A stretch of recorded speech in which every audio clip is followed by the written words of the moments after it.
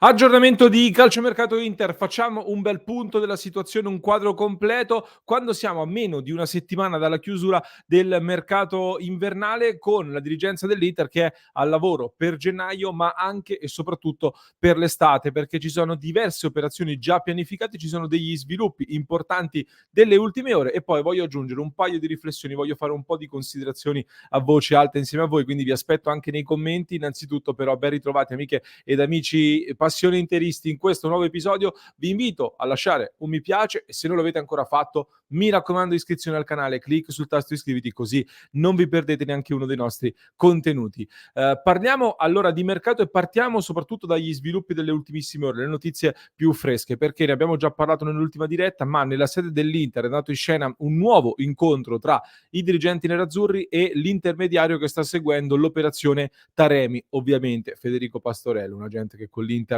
fa sempre molti affari. Ne avevamo già parlato alcuni giorni fa, ovvero l'Inter si è portata ampiamente in pole position per l'attaccante iraniano che classe 92 lascerà a parametro zero il Porto al termine di questa stagione, ha di fatto annunciato che non rinnoverà il contratto. Si stanno limando quindi i dettagli per chiudere questo colpo a zero per l'Inter per l'estate. Da quello che mi dicevano, le cifre dovrebbero essere circa 3 milioni di euro a stagione su un contratto di 2 anni più opzione per il terzo, non contratto triennale, da quello che mi è stato detto, classe 92, quindi 2 anni non è nemmeno troppo vecchio. Cifra sicuramente importante, visto che non ci sarà nemmeno il decreto crescita, di sicuro però più alla portata rispetto a quelle che erano le indiscrezioni di circa un mese e mezzo fa, quando si diceva addirittura di qualcosa come 5 milioni e mezzo di euro, addirittura oggettivamente tanti. Taremi quindi con ogni probabilità prenderà il posto di Alexis Sanchez, trovate già tra l'altro degli approfondimenti su Taremi sul nostro canale per conoscerlo meglio. Sanchez nel frattempo che in tanti direi avrebbero voluto cedere già a gennaio per sostituirlo magari con un attaccante più affidabile. Però, come dicevamo qui su Passione Inter già ad inizio gennaio e non solo, dalla dirigenza a tutti gli effetti sono sempre arrivate parole di fiducia, nel senso che si confidava che potesse fare più di quanto è stato fatto, più di quanto ha fatto fino a qui nella prima parte di stagione e in tanti ho visto hanno detto anche che l'Inter avrebbe valutato di riprendere Carboni in anticipo a gennaio. In realtà mi risulta che il piano sia sempre stato e sia sempre rimasto quello di far giocare Carboni a Monza fino al termine della stagione e dove finalmente sta cominciando ad ingranare, quindi continuarlo a farlo crescere a Monza e quindi l'Inter ha puntato su Sanchez la scorsa estate e l'idea a questo punto era al massimo quella che se il giocatore avesse proprio manifestato un'intenzione ecco, di andare via, allora avrebbero provato poi a sostituirlo. Però intanto le alternative con un budget limitato non erano tantissime. Poi in Supercoppa italiana e in generale nelle ultime uscite qualche segnale Sanchez sembra averlo dato, fermo restando che poi all'interno del gruppo è comunque un elemento importante anche a livello di spogliatoio, è un fattore da tenere in considerazione. Io spero che Sanchez possa fare di più ora che dovrebbe essere in condizione, l'abbiamo detto tante volte, è un giocatore che a livello di tecnica e anche di carriera c'è poco da discutere. Poi in estate aveva saltato la preparazione atletica, aveva avuto anche un problema fisico, quindi è stato sicuramente limitato. Ora può incidere, ci auguriamo che possa incidere, fermo restando chiaramente che Thuram e Lautaro, di cui parliamo tra poco, tra l'altro Lautaro Martinez, sono un'altra cosa a livello di impatto in questo momento. Però confidiamo ecco nel Nigno dopo la Supercoppa italiana. Quindi il mercato in entrata dell'Inter per questo gennaio, salvo clamorosi colpi di scena difficili da immaginare oggi, si chiude di fatto con l'arrivo di Buchanan. In uscita si sta definendo invece il passaggio di Sensi all'Leicester, scelta che non so cosa ne pensate voi, ma personalmente condivido quella di vendere Sensi a questo punto, perché incassi qualcosina, ti liberi di un ingaggio comunque pesante per un giocatore su cui non stai puntando. Allo stesso tempo, però, adesso bisogna coinvolgere di più gli altri centrocampisti, bisogna coinvolgere di più Aslani e Frattesi in primis, ma pure Klassen deve rientrare più nelle rotazioni. Detto che comunque Sensi e Agumé, che è già andato via, hanno giocato insieme circa 70 minuti fino a qui, quindi non è che si viene a creare un grandissimo buco sicuramente lì in mezzo, però pensare di arrivare fino in fondo a questa stagione con così tante partite ravvicinate, spremendo sempre i soliti 3 a centrocampo, non è fattibile, quindi anche Klaassen andrà coinvolto un po' di più. Così come, parlando di fattibilità, trovo francamente difficile anticipare il colpo Zielinski. Me lo avete chiesto in tanti, per adesso ho ricevuto solo smentite di fatto su questa possibilità di avere Zielinski subito, mentre anche qui come colpo a parametro zero per l'estate è un'operazione molto calda, non ancora definita, anzi paradossalmente adesso Taremi che sembrava più indietro ha sorpassato l'ipotesi Zielinski a livello di stato avanzato della trattativa, per cui lasciamo sempre degli spiragli da tener d'occhio anche su Zielinski, ma l'Inter si è mossa e dopo aver sigillato l'accordo con Taremi andrà probabilmente passerà all'azione anche sul centrocampista del Napoli per chiudere anche questo affare. Quindi queste sono al momento le notizie più calde del mercato. Poi ci sono però altri movimenti da tener d'occhio perché stanno arrivando varie conferme, devo dire, da più parti sul fatto che l'Inter si sia mossa su un giovane talento molto interessante, Lucas Bergvall, è uno dei talenti più interessanti, dei talenti svedesi, sicuramente più in vista. A 17 anni già gioca da titolare, lo fa anche con buona personalità. Ne parlavo con un collega ben informato, da quello che mi dicono il Barcellona si è già portato molto avanti su questo giocatore. Però pare che un tentativo l'Inter, almeno per cercare di rimanere in corsa, lo stia facendo. Quindi Bergvall è un centrocampista, tra l'altro, un altro jolly di centrocampo, ancora in formazione a livello di caratteristiche proprie, però è un giocatore di buona personalità, bravo con il pallone tra i piedi, buona qualità e anche un buon fisico, ben strutturato. Se volete tra l'altro un identikit completo, uno di quelli che noi facciamo solitamente, scrivetemelo magari nei commenti. Quindi teniamo d'occhio questa pista, è un giocatore che comunque si parla di un investimento da una decina di milioni per un centrocampista giovane da valorizzare. Nel frattempo, però, vari quotidiani hanno lanciato 2 piste per l'estate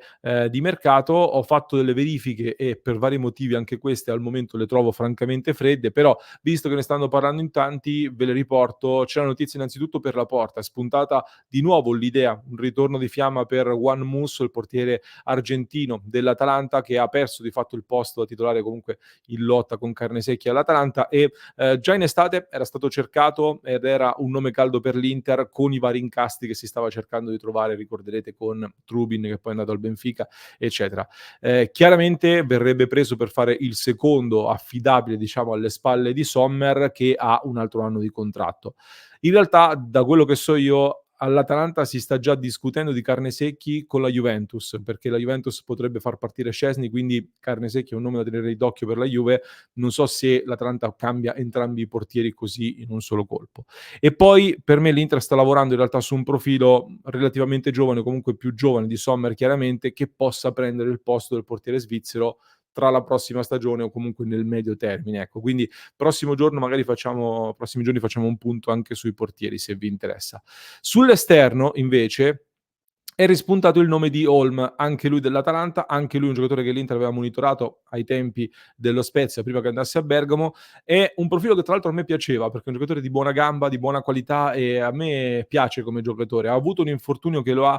limitato, ora però sta cominciando ad emergere anche lui a Bergamo. Anche qui però credo che l'Atalanta intanto credo abbia a Tebouri scadenza di contratto. Poi Holm andrebbe riscattato, va riscattato per circa 8 milioni. Ecco, se l'Inter lo va a chiedere all'Atalanta, dubito che ti chieda 8 milioni, penso te ne chiedano almeno il doppio, conoscendo un pochino l'Atalanta. E l'Inter ha già fatto un investimento sulla fascia, che è quello relativo a Buchanan, che citavamo prima, e siamo tutti curiosi, tra l'altro, di vederlo. Sta lavorando per entrare nei meccanismi di Inzaghi e ad Appiano comunque ne stanno parlando bene, ha detto che aveva fatto vedere delle cose molto interessanti. Quindi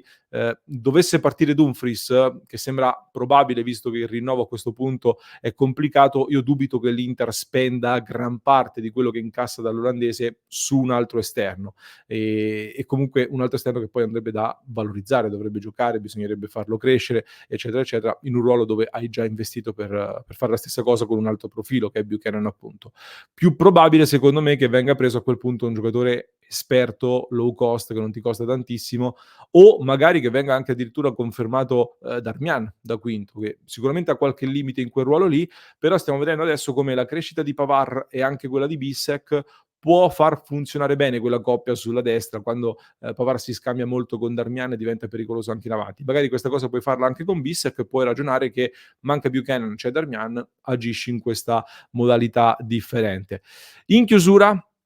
considerazioni su Lautaro Martinez, vado molto rapido perché ne abbiamo già parlato anche nell'ultima diretta e vi invito a recuperarla perché abbiamo fatto dei ragionamenti molto ampi su tutti gli argomenti. Però, brevissima storia per chi se lo fosse perso, nelle scorse ore l'agente di Lautaro Martinez è tornato a parlare, ha parlato di nuovo della trattativa per il rinnovo dicendo che non c'è un accordo con l'Inter per il rinnovo, ribadendo che è molto felice all'Inter, che sta bene a Milano, il progetto eccetera eccetera, però a un certo punto dice anche se si troverà un accordo bene, altrimenti è un professionista e lascia in sospeso,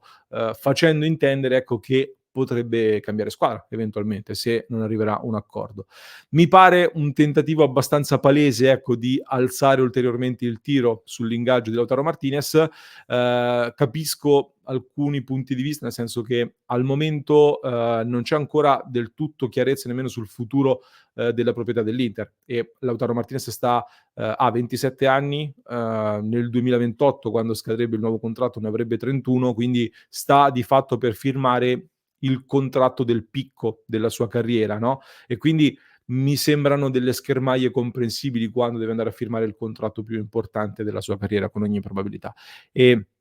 rispetto ad altre situazioni che abbiamo vissuto, fortunatamente qui c'è del vantaggio a livello di tempo, visto che scade nel 2026, quindi siamo ancora al riparo da eventuali grandi sorprese. È evidente però che c'è una trattativa importante che coinvolge un giocatore ambizioso di grande livello, che sta emergendo sempre di più a livello internazionale, che deve andare a prendere tanti soldi, visto che già ora ne guadagna parecchi e deve sfondare il tetto del monte ingaggi, il tetto ingaggi che c'è attualmente. Quindi è evidente che è una trattativa che, come altre situazioni, magari può dipendere anche da questo discorso sulla proprietà. Quindi l'Inter si sta muovendo intanto sui parametri zero in fretta per allestire, per tappare le prime lacune, poi per gli altri investimenti più chiarezza sicuramente l'avremo più avanti, probabilmente anche dopo aver capito cosa accadrà con la proprietà. Questi erano un po' gli scenari, le notizie di mercato per fare un punto della situazione. Ieri in diretta non c'era stato molto tempo per trattare questi argomenti, mi sono appuntato le varie domande che mi avete fatto e ho cercato di rispondere a tutti voi in questo punto. Fatemi sapere cosa ne pensate voi quindi di queste notizie, fatemi sapere anche di Sanchez, se siete soddisfatti, se ci rivedete qualcosa, qualche segnale incoraggiante in vista della seconda parte di stagione oppure se invece andava sostituito assolutamente. Fatemelo sapere nei commenti. Ci risentiamo nel club di Passione Inter, come ogni giovedì torna il watch party, quindi vi aspettiamo nel nostro club www.passioneinter.club per assistere insieme a noi a vecchie partite, documentari, film nel watch party del giovedì. Mi raccomando, appuntamento ogni giovedì su passioneinter.club. Vi lascio con un altro approfondimento che trovate in descrizione per chi ci ascolta in podcast, per chi ci segue da YouTube vi basta cliccare qui.